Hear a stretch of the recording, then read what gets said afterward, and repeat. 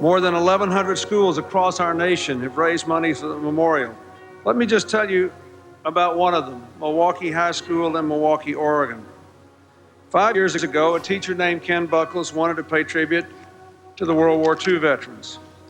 He and his students searched out local veterans and invited them to school for a Living History Day. Living History Day. Living History Day. Living History Day. Living History Day. Since 1996, Remembering America's Heroes' mission has been to educate our youth and communities about the value of freedom and its high cost. And they've really helped me see what just one person in this world can do for everybody and the difference they can make.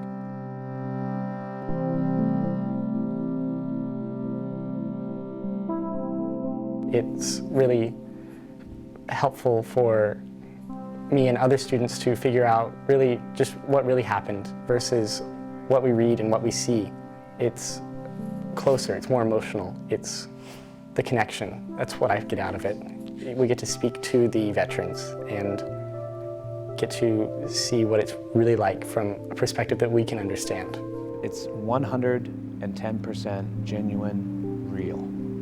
Nothing's clouded. It is what it is. If we didn't work, we were beaten, went without food. I sat in the dark, in a hole. I didn't see daylight for 7 months, but I survived. Your choices today may change your life. When I was in, I was in from June of '66 till December of '79. 9 years, 6 months, 27 days, but who's counting? When the cat unhooked the Wanigan and left us 7 miles out of Nome, the temperature right then was 39 degrees below zero. It is the veteran, not the preacher, who gave freedom to religion. It is the veteran, not the reporter, who gave us freedom of press. It is the veteran. To see this room full of people hearing stories that are real and uncensored, whether it's Vietnam or Korea or World War II, is something truly, truly unique. And we're all very fortunate to have that opportunity. My name is Ken Buckles, founder and executive director of Remembering America's Heroes. Since 1996, we have invited literally thousands of American veterans into over 40 high schools during our Living History Day programs, mostly in the state of Oregon, to talk to teenagers about their military experiences, and the teenagers in turn honor and thank them for their service. Our Living History Day programs have exposed close to 85,000 students with close interactions with our veterans. We know by the students' reactions and facial expressions and the respect that they give the veterans that this is a monumental experience for them. Just like I tell the kids, the veterans, every time you say veteran, go up and thank them. We believed in this country, we believed in our freedom, and we did this so that they'll have the same freedom as we did. And that's what we did. And it's up to you kids to do your duty now. I think it's great for freedom because it's the most important thing in the world. If they absorb it and take an interest in it, yeah, I think it's great. They'll probably start getting a little more interest in history. Start looking up this stuff. The liberties, the freedoms I have. Freedom of religion, freedom of speech. That's why I'm talking. And decoding of the code, it's open. That's why I'm speaking about my duties. So today I enjoy every one of freedom that I have. That's what I went to war for. Not only that, above that, for the natives of each island, we liberated them. And to make it more encouraging, enjoyment for me at my life, age of my life. Back in Guam, beautiful. It wasn't like what it used to be. I even went where I landed. Way different. All kinds. People are very, very, very welcome over there too, like you are here too. There's all kind of nationality here, as I'm looking at you. We all enjoy. Together, we live for that freedom. They say freedom is not free. It was very true for me. I sacrificed my life for it. Here I am today. And they tried to stand me against the fence, and I couldn't stand. And each time they would turn me loose, I'd fall, or start to fall, and they would grab me and I'd be unconscious. And I don't know, but they wasted a lot of time like that trying to get me set up for execution. Finally, I decided that I would give them some assistance, get this thing over with. This left leg, I could push a little bit.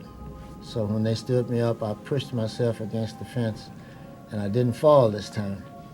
And I know they must have hit high fives because they got it now, and they left me. And then the order was given for the execution to come out. They came out, you could hear them, yeah. Hey! You could hear them make the face movement. And then, ready? That means ready. And you heard them say, and the next order is aim, of course. I knew this was it. The next order would take care of me. But that damn fence, the gate opened. And when the gate opened, somebody hollered, Achtung! It's attention in German for you guys. And you heard all the heels hitting.